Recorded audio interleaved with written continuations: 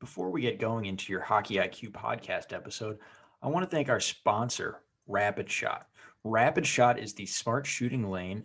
It's like a batting cage for hockey players. Very cool. Tracks your shot in three ways: accuracy, shot speed, and reaction time. Easy to use. Actually, I used it when I played and was growing up. Very easy. Simply scan your phone in, select your settings, and start shooting. You can see your stats on the app and online. You can check them out at rapidshot.com. Great small business. I actually grew up with one of the owner's sons and have played with all the family members by now, just in local pickups here in Ohio. Very cool local business. Awesome product. I love it. I know quite a few NHLers have them in their homes. A lot of D1 programs have it at their rinks. So you have to check this out. Rapidshot.com. Check it out. Rapid Shot, thank you so much for sponsoring our podcast.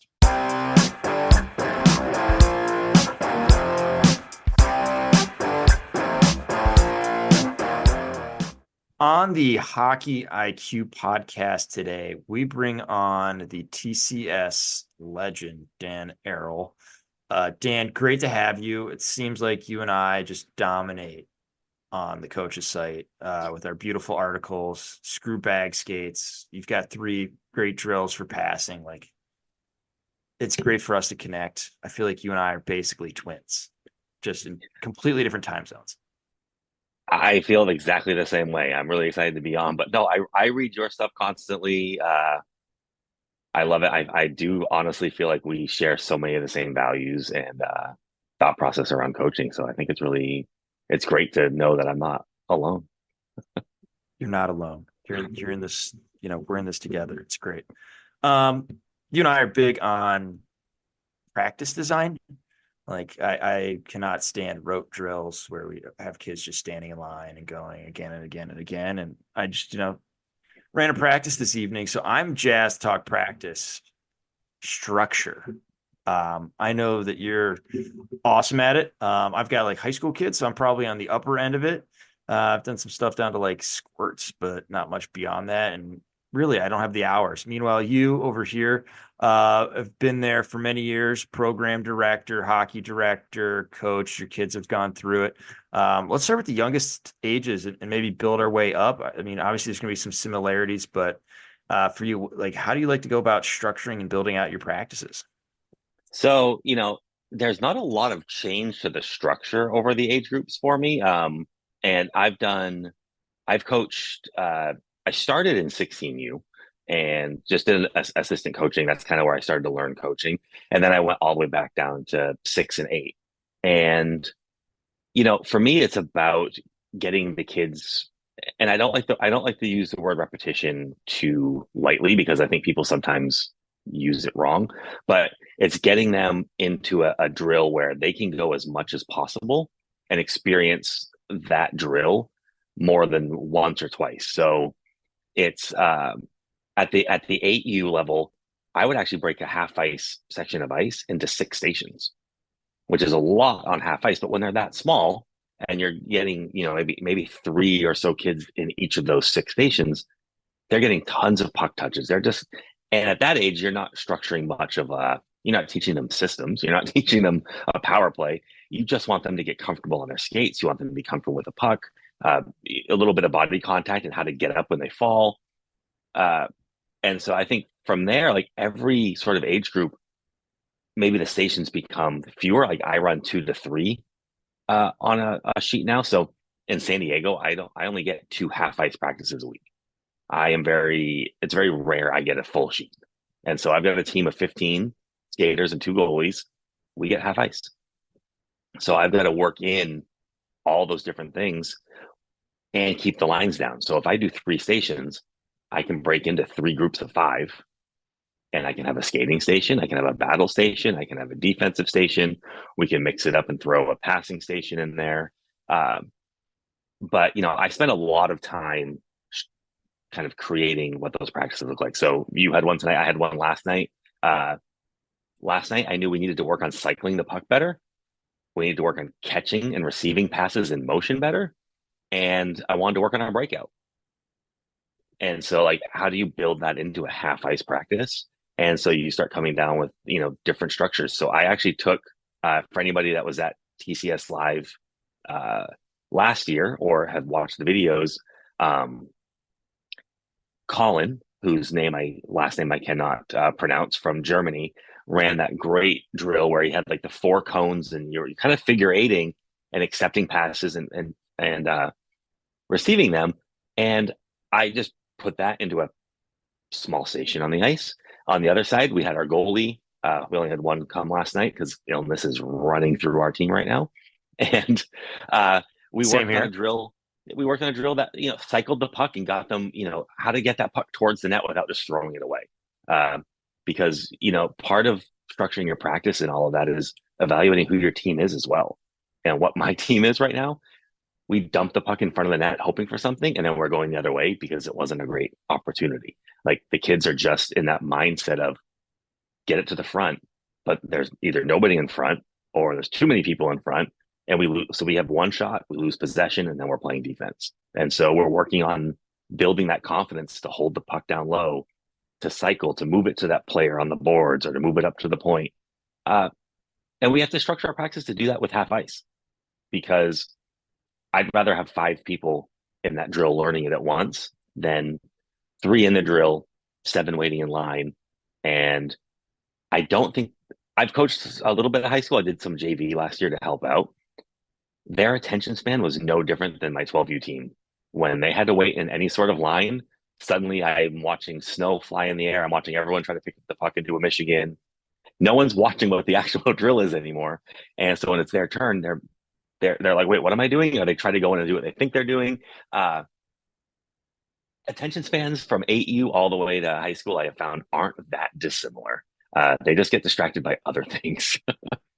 Yeah, and it's like the working memory is slightly better. And the emotional, you know, ups and downs are probably similar, just maybe a little more snooty with the older kids. Yes, the older kids tend to give me a little more crap, which is always fun. Like they tend to fight back a little harder. Where like if I have a younger kid goofing off and I use a stern voice, they kind of shape up and they sit up and they listen. And I do it to a high school kid, and he's like, "Who the hell are you?" My favorite is making someone screw something, like you mess up the drill, and it's like, not you screwed up the drill because it's really hard and all of this. It's like you didn't pay attention. Like high school kids absolutely hate somersaults. You do that for 8U, like they're screwing up on purpose because they want to do somersaults. Completely different there. Yeah, and like I was when we were setting up our practice yesterday, I saw some kids that were running late getting ready, and I was like, "Oh, if these kids are late, I gotta, what am I gonna do? How am I gonna like show them not to be late?" And you and I very much agree on this whole bag skate philosophy. And the problem with bag skating, if you never do them and you use the philosophy that skating should always be fun, I threatened to bag skate them, and they were excited because they wanted to skate. They had one player missing, and they could see him kind of coming from the rink, and he had 2 minutes, but they seemed to think he only had like 30 seconds, and they're yelling at him to come, and I was like, what's going to happen if he's late? And I said, I'm bag skating you, and they went, yes, and I was like, well. The bonus is they love skating, and so I can't use it as a punishment, which is great because you need to love skating to play hockey. But I was like, crap, how am I got nothing here. I tell them to do push-ups on the ice, and they all smile, laugh, and jump into it and push each other to do push-ups. And I love the fact that like you can do so much with hockey that like is fun that you can't even punish kids because they just want to be on the ice. But somersaults, that's a good one. Yeah, it's fantastic. By the way, it's Carl Schwarzenbruner. Yeah, good, yeah, And then you sure. add the German accent, and it'll come out much better. Well, that's Carl. It's Yeah, Colin and Carl. Carl. I screwed up half the time. Yeah, he's been on this podcast, so that's the only reason I got it right once. But yeah, he's got great philosophies. I find that there's a lot of people who don't have a traditional hockey background, but do fantastic work, and it just consistently reminds me it's not what we coach, it's a lot of how we go about coaching. that really makes the difference. And I think that's where a lot of people screw it up. It's like, I played hockey, I know hockey. And it's like, okay, it's great to know hockey, but it's better to know how to actually teach the game, teach the systems, teach the skills, whatever it is, rather than just knowing. Like I always find it hilarious, and I know you have this with little kids. They're like, they come up and I know all of these things, and they just list off a bunch of names, and then they don't know anything about that. I'm like, knowing a name of something and actually knowing something are two completely different things. Yeah. Oh, I set up a drill last night, and it was a new drill we hadn't run before because it was the end of the practice. I put two nets together at the middle of the ice, and it looks like a regular drill, and these kids just skated off and lined up. And I look at it, so what are you guys doing? The drill. I haven't even told you the drill yet. And they were like, oh, and I was like, here we are, assuming we know everything. I had to pull them in and re-explain what we are doing. But no, you're right. I mean, I always bring up Wayne Gretzky. I mean, best player to ever play the game. Couldn't coach a team to save his life. He did not last very long as a hockey coach. No, it was not for him. It And was not then for him, but it's like you were saying. Like, he knows how to do it all, but does he know how to teach it all? yeah, Shanahan mentioned like how he learned his shot was not from like any of the well-known players he was with. And I always forget the name, but he was like, yeah, it was a guy who was on the fourth line and sometimes got scratched. He just had more time to be able to like actually teach me. That's where I found and figured out my shot, which was my rookie year in the NHL. Like, uh, that's amazing. And then like you look at all the successful coaches, most of them barely snuck in playing. Like they all had really hard times like finding themselves into a lineup. Very rarely do we get Marty St. Louis of the world, Right. who are, superstars who can go back and coach. But he was also like best buddies with Roger Griot and some USA hockey guys along the way. So he's been fed good stuff for He's been literally giving this, but look where he decades. went back to coach. He When he was, was done, he went back and coached Pee Wee. So he had actually probably that was probably a really beneficial time because that's where you really have to like. I would imagine coaching at the NHL feels a little bit different when you have people that have already gone through the entire process. So you're like you're fine tuning skills. You're helping them build on skill. Go back to Pee Wee and start teaching these people from scratch because I get Pee Wees on the ice that literally can't lift the puck yet, and you're teaching them that shot from the beginning. You're not teaching an NHL player how to lift a puck. So yeah, not at all.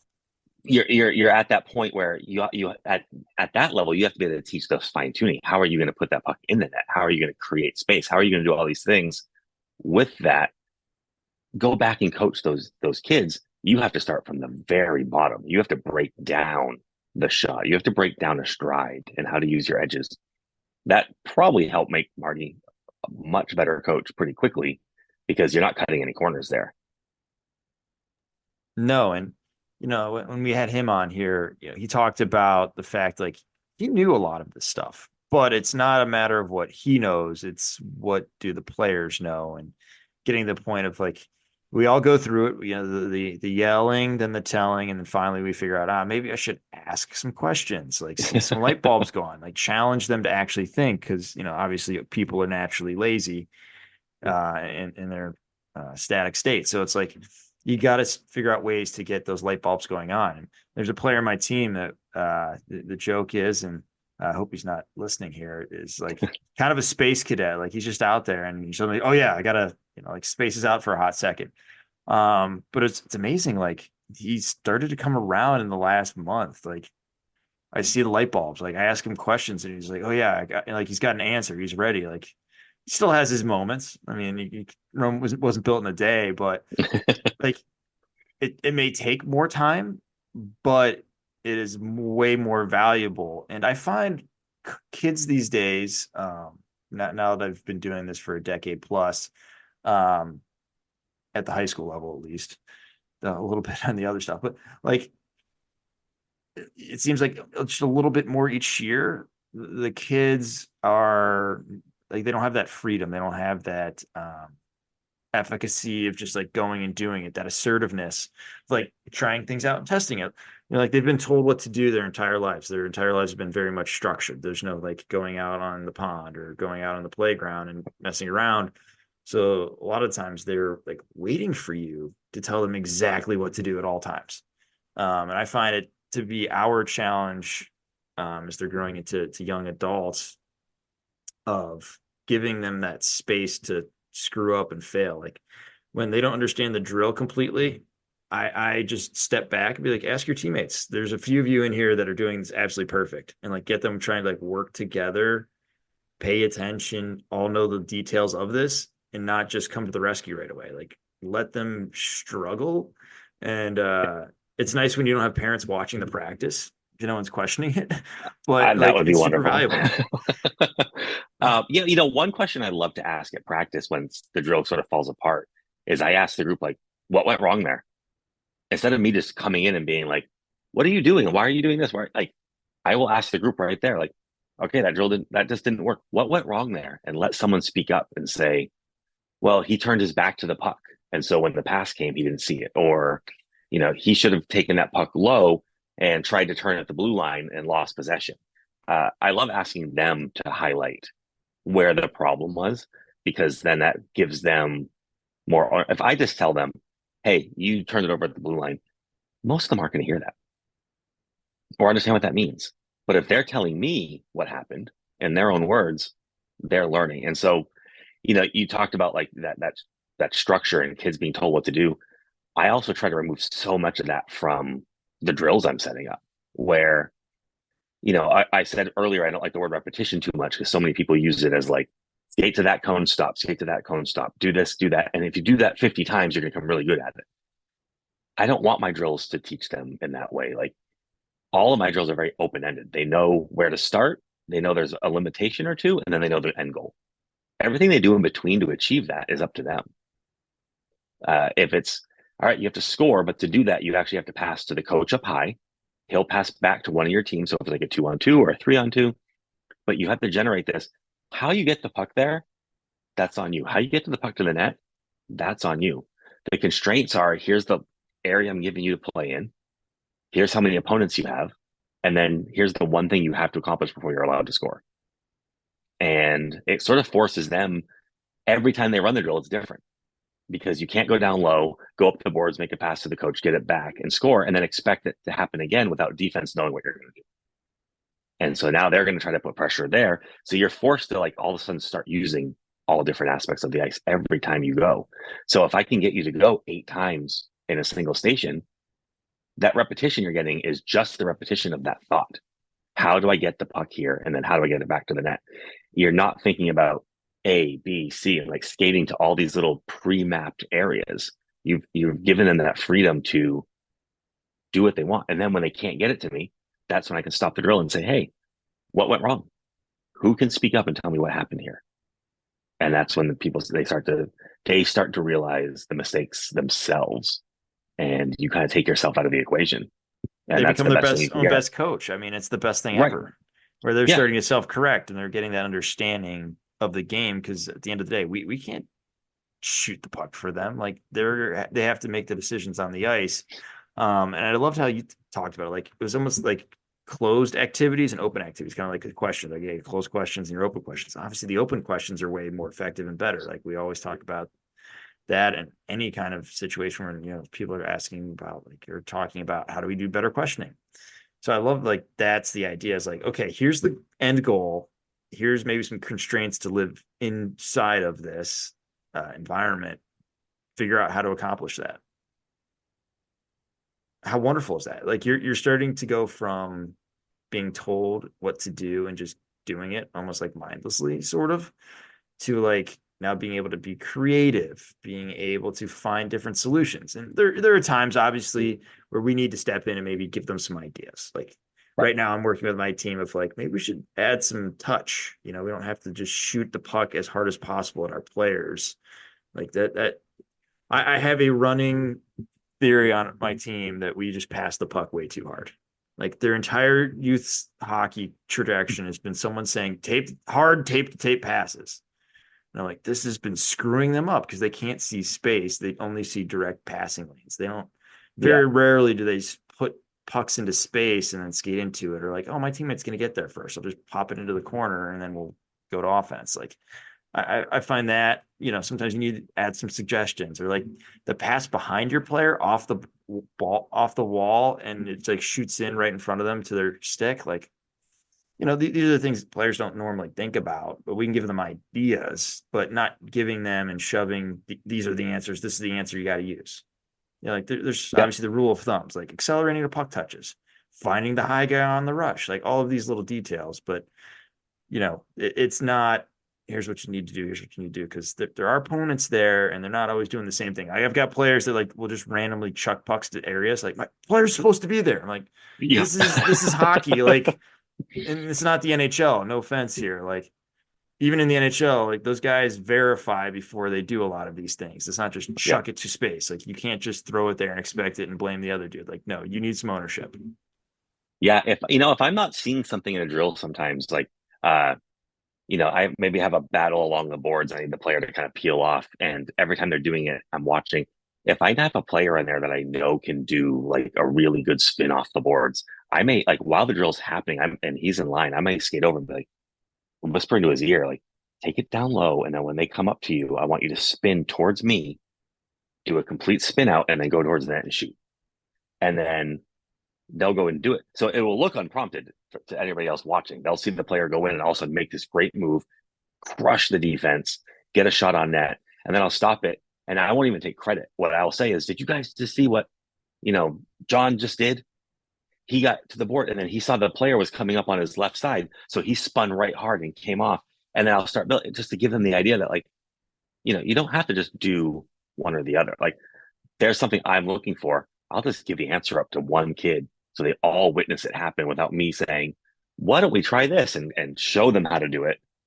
Watch your peer do it. It looks supernatural.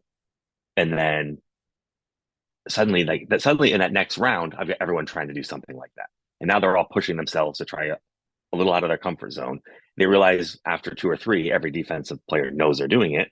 So they have to try something different. And now they're getting creative. Like, sometimes it just kickstarts creativity where they'll try something different. And once they realize, if you're coaching them in a position where if they screw up, all you're doing is stopping and asking what went wrong. You're not chastising them, and you're not saying like, you're not, screaming, what are you doing? You're not saying like, you did that wrong. You're just opening it up.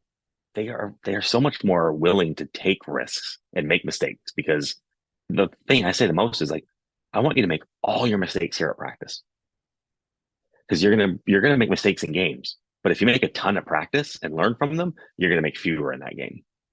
The learning from them And being the specific piece, right? Like specific, yeah, there always be mistakes, or hopefully the mistakes are better each time. right. And I tell them all the time, hockey is a game of mistakes. Look at the NHL, like the number of mistakes they make when they're trying to make plays. The teams that know how to recover from them, but the teams that know how to capitalize on the other. So I said, it's about. I have a player now that makes a mistake, and you can see the drive stops immediately. The arms drop, the head drops, or they look up towards the sky really fast, and like, you got to let that go. Yeah, you missed a shot. Go pick up the puck again. Go skate through it. You're not like, you can't. If they come to the bench and I yell at them because they missed a shot, guess what they're gonna be afraid of doing from now on? Is taking a shot. So you've got to spur creativity, but then they have to feel that they're allowed to screw it up. And then it's up to us to make sure they learn from it. Yeah. So like that psychology, right? Like we obviously need a safe environment for the players physically, but also that mental safe environment where it's okay to try things. And it's not, we're going to try to dangle this, the defenseman every single time. If it's 3-on-1, we're dangling defense. 1-on-1, we're trying to dangle. 1-on-2, we're trying. It's not that kind of stuff, but like the ability to attempt things, and even just like you said, like kind of like that challenge. Like you challenge either within the activity, within the drill, or even within the game. Like, all right, I want to see at least, 2 delays on zone entries today. That's your goals. Like, how can I set up the defenseman to delay, or how can I pull the defenseman across the ice to open a lane for someone else to go into? Just those like little personal challenge. I love that. I do that all the time with players. Of like, all right, you're a little more advanced in maybe the drill, so you can really think and really, toy with this. What do you think about trying this? Or like, you can't do this. Take away their best asset. They're the fastest player in Yep. the team. They just want to go wide and try to be, all right, you can't go wide. What do you do now? Love that. Yeah, no, I've got two kids that are really their minds are driven towards really the stick handling. Like they love like to pull it between their legs. They love to try to move that puck to different areas of the ice while they're skating, and they have the talent for it. And so what I will do, especially they're a little hesitant to try it much in games because they don't want to lose it, cause that turnover, and it's because they're uncomfortable with it. But I watch them do it in practice with such confidence that I think they could actually create something with it if they did it at the right time. And so I'll do the same at a practice. I'll say, all right, you're nailing this drill. Now you can't take a shot until you pull that puck between your legs. And they're like, what? I'm like, you got to pull it off. And they'll go down and they'll try it and they'll hit the back of their skate and they'll like, oh, they'll come back and get in line and they'll go again. And then suddenly, a couple times in, they're nailing it. They're coming out at full speed. They're pulling it between. And even if they don't do it in the next game, which I don't expect them to, they have that confidence that they're better with the puck than they were. And like that, it just builds up the more comfortable they feel. And so I love the idea of like challenging players to try those things. Because I've got players that do it all the time at practice and never in games. But what they do in games is a reflection of what they can do in practice because they're learning that limitation. I got 2D coming at me. I'm not going to pull it between my legs because one of them is going to pick it up.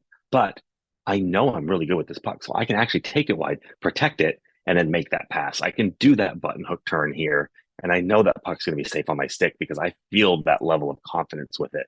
And that's built through them knowing that they can do all these other things. I think you've covered all the technical stuff. I got nothing to add. That was brilliant. From the tactical side, though, like we work on breakouts at the high school level, right? Where we're doing like half ice stuff. I run a drill where it's depending on where we start. We'll start with one level of pressure, then it'll be two players of pressure, then 3, 4, 5, and we'll just build up and we'll make it work for our abilities and where we are. But like with what are the details? Like before we run this, okay, what are the centers thinking about? Low and slow. Okay, so low and slow. So how can the strong side winger help the center be low? Oh, I got to be higher. All right, so they're gonna be closer to the blue line. Okay, yeah. So then what's the strong side or weak side winger gonna do to make sure he supports what's going on? Oh, they're gonna slash out and be the stretch option. Good. All right, now we've got our 1, 2, 3, and then let them roll and like build tactics into the activity. It's still going to be random. I'm not saying you got to go here, then there. Like it's open architecture, but now we've got some general concepts and principles that will help us have more success. I find that to be extremely impactful. Yeah, so we've been working on the breakout. I mean, breakout's probably one that we run every practice because it just can always be smoother, it can always be cleaner. And we very similar. Like we started with 5-on-0. Like you're gonna break this out clean. You have no pressure at all. You know what to do with the puck. But before we even added pressure, what we would do is we'd always set it to one of the corners. Players would skate in, they'd make the D to D pass, it would hit like either the center or the wing coming out, and they'd come out. And then so we actually would lull them into the sense of like, I've got this. And all of a sudden, next time they go, I put it on the half board. Let it all the way down. And suddenly they're like, what am I supposed to do with this thing? And I'm like, do you guys think in a game every single puck ends up in the corners perfectly? That puck's gonna wind up in the weirdest places. You've got to get it out of our zone. And then once they realize, like, okay, I'm gonna grab it here, I can take it here, because their first thought is always to go back behind the net. So they'll pick it up. They're closer to the blue line, and they will go all the way back behind the net, make a robotic D to D pass, and then start the breakout. And I'll let them kind of have that a couple of times, and then I'll stop them and say, hey, what's a faster way to get that puck out? Do we always need to bring it behind the net? And then a couple of kids will be like, well, no. Okay, well, if the puck's if halfway down the ice, do I need the center going all the way down to the goal line to make a hook out? Well, no. Well, then why are you going down there? And then they start to kind of piece together. And then we add that pressure like you're talking about. You add maybe 2 more players. You start adding 3, and then you start doing the same thing. You make it seem kind of easy, and then you start throwing in those different variables that they're not prepared for. And before you know it, they're actually starting to just adapt. Like, I can't make that pass because that player is over there and he's covered. Well, my winger's right here. Yeah, that's not how he ran the drill like last time, but he's right there and open and skating out. Hits them with the puck. They get praised by us as coaches for reading it. And then the rest of the kids see it. And then suddenly it starts becoming, oh, I don't have to do 1, 2, 3, 4 passes. Sometimes the breakout is 2 passes. Sometimes the breakout's the first pass. Like it starts to look so much different. And you just have to, you're throwing in player constraints, but also you're just mixing it up. Because I watch other teams sometimes, and I do watch that same breakout every time it starts behind the net, every time it starts in the corner. And then you watch those teams play a game and they don't know what to do when the puck isn't where it's supposed to be. But you've probably played long enough to know the puck's never where it's supposed to be. I mean, the weighting's always different. Like some people love a hard wrap, some people like a soft one. You never know. It could be, I love that you're putting pucks in weird spots. Like one of my things is I never like to give good passes to any kind of like start of a drill. And I try to remove myself completely. But if I ever have to like throw a puck in, like I'm always giving a crappy puck, or it like a puck's in your feet, or it's a wobbly one into the corner. And like you got to turn a bad puck into a decent puck where you got to figure out like, oh, maybe I'm not always going to get a puck into my wheelhouse. Like, I find that to be with freshmen. Like, why isn't it perfectly in my wheelhouse? I'm like, do you know the game of hockey? Like the other team's trying to make sure you don't do that. Like you usually have to like throw it into a terrible area, maybe a little bit of touch, softer than just a really hard tape to tape pass. So then your teammate like crappy passes. Love doing that. And the other element that I really want to pull out that you do awesome is like you're rewarding good behavior. Too often do I hear coaches, especially when they call like the hero ball or the hero puck, we got to take our capes off. You got to stop doing this hero BS. Like, okay, that's great and all, but realistically, you should probably just, praise them when they make the pass or they're working together or they're setting a pick for their teammates. Like, that's way more effective and longer lasting. And the kids will like you a lot better as well. So they'll actually try harder when they're like, oh, Johnny got praised for going hard to the net. Maybe I want to go hard to that now. Just getting the guys excited. Oh, did you see Stevens hard to the net? Like that was awesome. Drew all the D and left the guy wide open in the slot. All that kind of. The other phrase that often gets thrown around is what gets counted gets rewarded. So what are we counting? What are we isolating? What are we looking to spotlight for the group? And just continually catch them in good behavior. That's way more effective. Yeah. Yeah. And I think, reward like those kind of rewards, when we do video review, which I haven't done a lot this season because I can tell my group isn't like we've tried, and I don't know if you've ever done video with 12-year-olds, but you have about 8 minutes it's a tap. If you're lucky, you have 8 minutes. If you're lucky, yeah. You basically have like, all right, 2 minutes, do it and done. Maybe you can get one before, one after to make it 4, but yeah, it's rough. Yeah, but I can remember a time last season where the only video clip I pulled was to praise somebody who never touched the puck on a huge goal that we scored. And it was a defenseman who was at the point, and the puck had gone low, and the other team had grabbed it and skated behind with tons of room, and they had speed. And they started coming up, and my defenseman at the point just aggressively and hard skated over to the boards and just put himself right there. And before he even turned to start sitting backwards to start playing defense, he skated over, and that player looked up, saw him, and just was like, and panicked and sent the puck back behind the net where we grabbed it, cycled it to the front and scored. Huge goal for us. That player never touched the puck. And so they score, everyone at the time, the parents, everybody, the hero of that game is that goal scorer. And so I pulled the one and only clip. It's called video review. We watched it together, and I said, this goal does not happen without this player. If he sees that player coming and just quickly backs out of the zone and starts playing defense into the zone, that player's coming out with the puck. If he looks over there and doesn't just haul over to the boards to make that play, that player's skating up further. And maybe then now they have a pass. And I said, these are the kinds of plays that never get rewarded on the ice. I don't like, in youth hockey, especially at tournaments, after the game, they'll do like a MVP of each team. And all it is the person in the box going, they scored the most, they win it. They don't watch the game and watch the players. They're not watching who's doing what. They're just looking at that kid that scored the most goals. And if they already won it, look at the next kid that scored the most goals. And if no one scored the most goals, they just pick a name.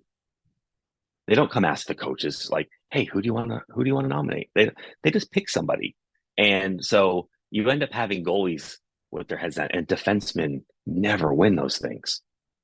And so, as a coach, I always feel it's super important to like really heap praise on those players, those players that didn't touch the puck once, but generated everything that started that.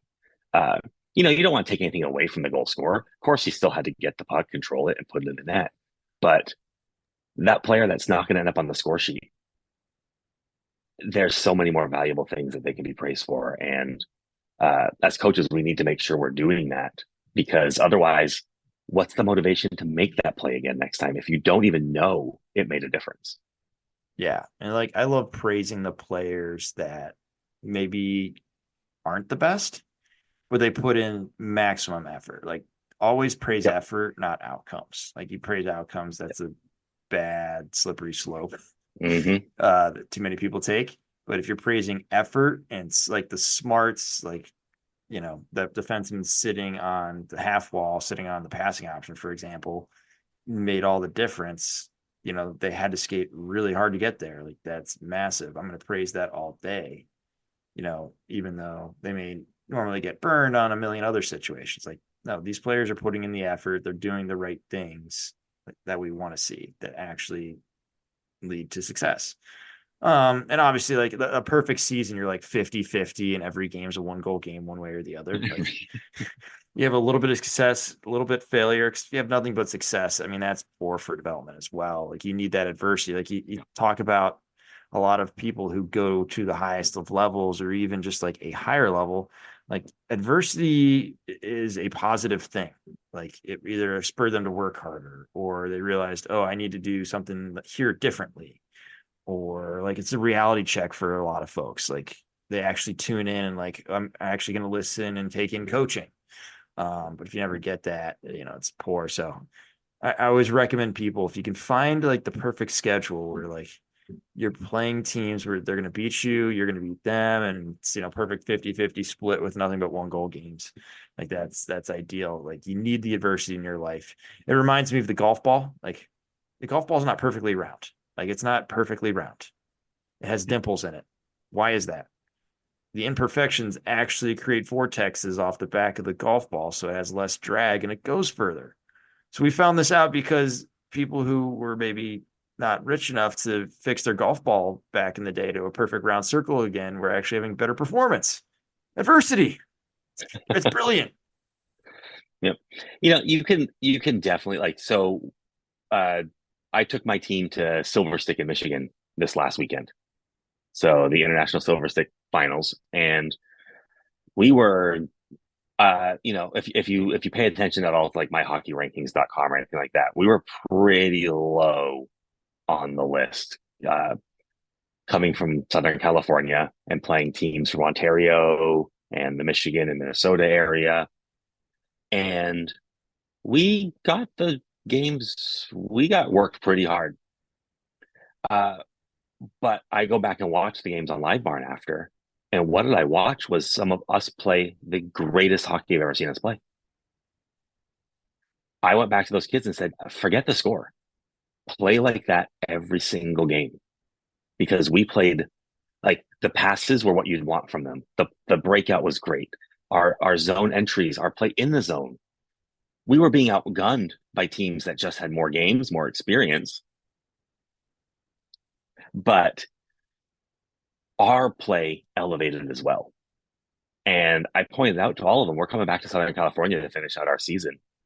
None of the teams we play are close to those teams we played that were from Ontario.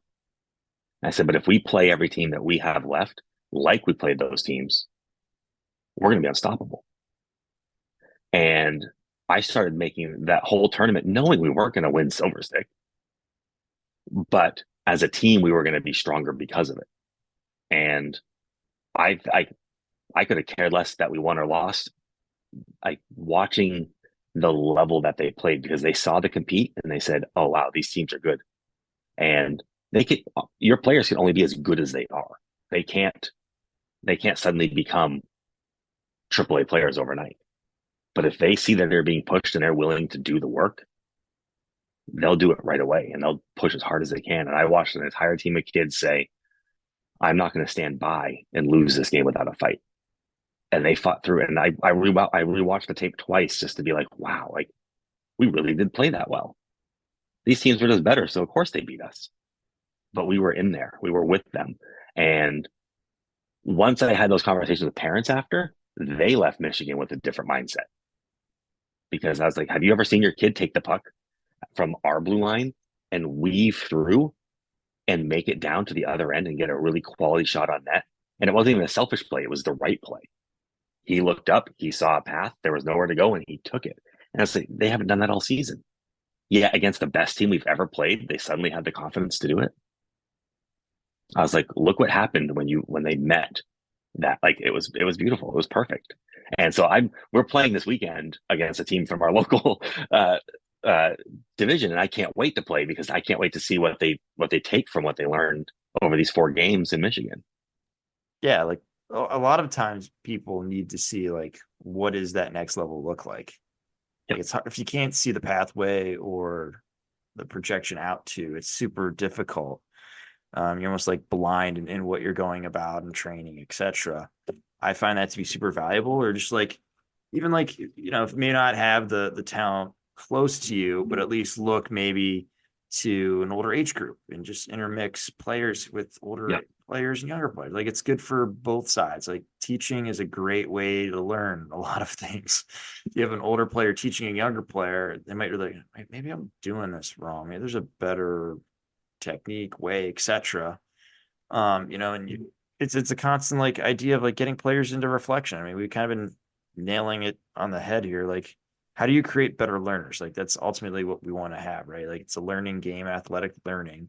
How do we go about that? So reflection is the way that we actually make the most of our experiences. So um I find that to be a big thing. Asking questions is obviously huge, and just getting players to see things, put them in uncomfortable environments where they've got to figure things out, like, throw them in the deep end, as they say. So I think it's absolutely massive. Some people love journaling. I'm not so much a journaler myself. I find that to be a bit painful.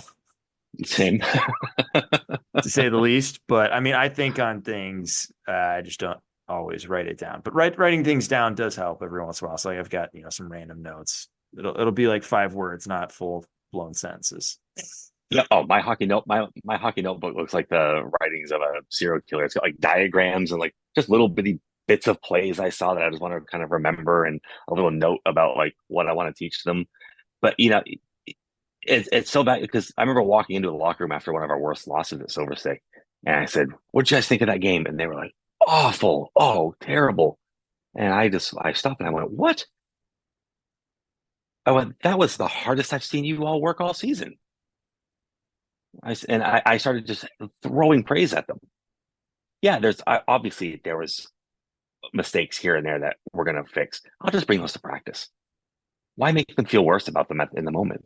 Like they can't do anything about the bad pass. They can't do anything about, throwing a puck to the net. And it's too late. What they can do is get reminded that they actually played really, really well, motivate them to come back the next day. And then when they show up to practice, I'm going to take all those things they need to work on and I'm going to put them in drills, and they're going to get better at them just by doing them. They don't know half the stuff that I want them to learn to fix from Silver State. Some they will, because it's some things they have to think about and be more aware of. Some of it's just, all right, cool. We're going to work on our edge work. We're going to work on our stops and starts. I will say the number of times I saw us like miss a puck and then do a big circle to get back to it instead of just hitting the brakes and coming back. But how many times can you say starts and stops before it doesn't mean anything to them anymore? So throw it into a drill where they have to stop and start and come back and get the puck and do this. And suddenly they just start doing it naturally. Yeah, the closest you're ever going to be to a puck is as soon as you pass it. Maybe we hit the brakes. That, that's something that doesn't go away in amateur hockey. Uh, yeah, it's almost a talent, almost a skill to just be able to. Oh yeah, I should probably stop right here and stop on the puck. Drives me nuts. Um, awesome. So this got my list of items that we wanted to touch on. I know we're nearing time here. So anything you want to make sure that we absolutely get on the podcast here tonight. But yeah, this is fantastic conversation on two youth coaches and amateur coaches riffing on the beauties of things that work and don't work and how we best go about our business. Yeah, the biggest thing I would say, and I think we've pretty much touched on this throughout, but like the big overarching message, and I gathered this from, oh God, I want to say it's Mike Sullivan that I got it from. Uh, but it was in the book by Craig Constance, Behind the Bench, and it's something I always brought down is that he had talked about practice being fun, and someone had said to him at one point, like, but these are grown men playing for millions of dollars, and he said, but they're playing. Like, they're fortunate, yeah, they make all this money, but they don't. This isn't hard work. They work hard, but this isn't hard work. This isn't labor in the same sense that we think about it. He said they're getting to play a game, and it's my job as their coach to keep motivating them, but to make it fun every time they step on the ice. Practice has to be fun, and if it has to be fun for a 30-year-old making $19 million, it needs to be fun for a 12-year-old or a 10-year-old who's doing it because this is something they just want to do. And so I see too many coaches suck the fun out of practice by making it this like painstaking process in which they learn through punishment or they learn by being told they're not working hard enough. Kids learn the best when they're smiling. Um, I had a practice not long ago where it came off a really big loss. We got our butts kicked. And it was a team that should never have beat us by that much. But you have those days where you don't perform. And that next practice, we ran some really fun drills. They worked super hard, but we were laughing. They were having a great time. And I had a parent say to me that they shouldn't have been laughing. After that loss, they needed to learn a lesson. And I said, no, after that loss, they needed to be reminded why they play this game. But then the lesson they needed to learn was just how to play it better. And they're going to play it better if they want to be here. Yeah. When they have fun, they have a little more resilience. Like if you want to do Yeah. something, it's And so much better. And it's okay to be, having a fun time yourself. It's actually a goal that I tell a lot of the coaches that I mentor. I'm like, I want you to have fun behind the bench in next practice. Like, give it a shot, see how it goes. Throw a smile in there, yeah, maybe a joke. yeah. Oh, I love like I watched like Pep Guardiola from Man City in the Premier League, who just like when that team scores, you would think he just put that ball in the net himself. He loses it. He has just as big celebration. I'm similar in my like when we score a goal, I am just as excited as that bench is because I'm having fun. I want to be there. I am watching them play hockey and really enjoying it. I'm having a fun time coaching them. And when they score, I'm just as happy because I watched them accomplish something they've been working hard to do. And I watch coaches sometimes their team scores and they kind of just stand there and they nod or they smile.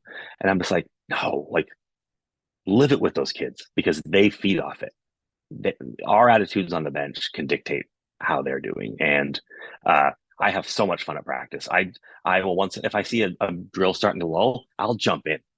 I'm not big on jumping into the drill and taking a space away from a kid. But if I think it's going to motivate them to work harder, they go, "Oh God, coach is in here." They start working harder. They have fun. If they can knock me over or do something that they think is extra fun, like it just gets them going. And uh, every practice needs to be that way. And there are practices where they need to maybe learn something. If behavior is wrong, there is a time and a place to be a bit more stern or a bit more serious with them. But it doesn't mean you have to ruin the whole practice for it. You can get them in line and then like remind them, like, if you guys are listening, this is going to be super fun. And if they snap back into place, start having fun again. Don't just be like, nope, now we're serious for the rest of practice, because then they're just going to go through it and not get in trouble. Like No bag space, no bag skates. We're going straight to small area games. That's how you recover practice. Sure. Yeah, we're going right to it. Like, yeah, you know what? Like the biggest punishment I get is, hey, we're going to play that game you guys love at the end, but we're just going to run these drills through. And they're like, oh man. And I'm like, you got to earn it. You got to earn it. And then they go, you're right, coach. You're right, coach. And then the next practice, they're like, they want to do it. And so, you can find those little ways to balance out how to hold them accountable, because they also need to learn life lessons. There is accountability to be had. They do have to behave. They do have to, meet certain sort of levels, but they're kids, and even the adults, like, it's a game and they are fortunate to play it, but it needs to be fun. And as a fan of watching NHL, if those guys aren't having fun out there, it's not that fun to watch. Yeah, when they're going through and you can just see the adrenaline going through it, they're having fun. I mean, those are the favorite. Yeah, it's my favorite players to watch too. So we're all having fun here. This is why we do this. It's great. We'll do life lessons through it as well, but 99% of the time, let's all crack a smile. It's okay. It'll be okay. I promise. Awesome. Dan, thanks so much for coming on. This was delightful. Yeah, thank you.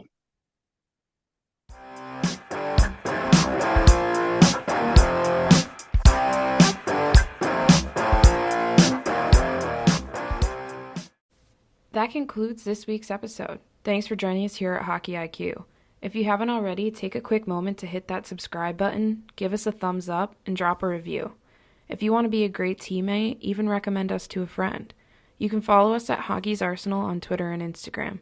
Check out the website, hockeysarsenal.com, where you can subscribe to the weekly newsletter. You won't regret it. Catch your buttes here next week for a brand new episode.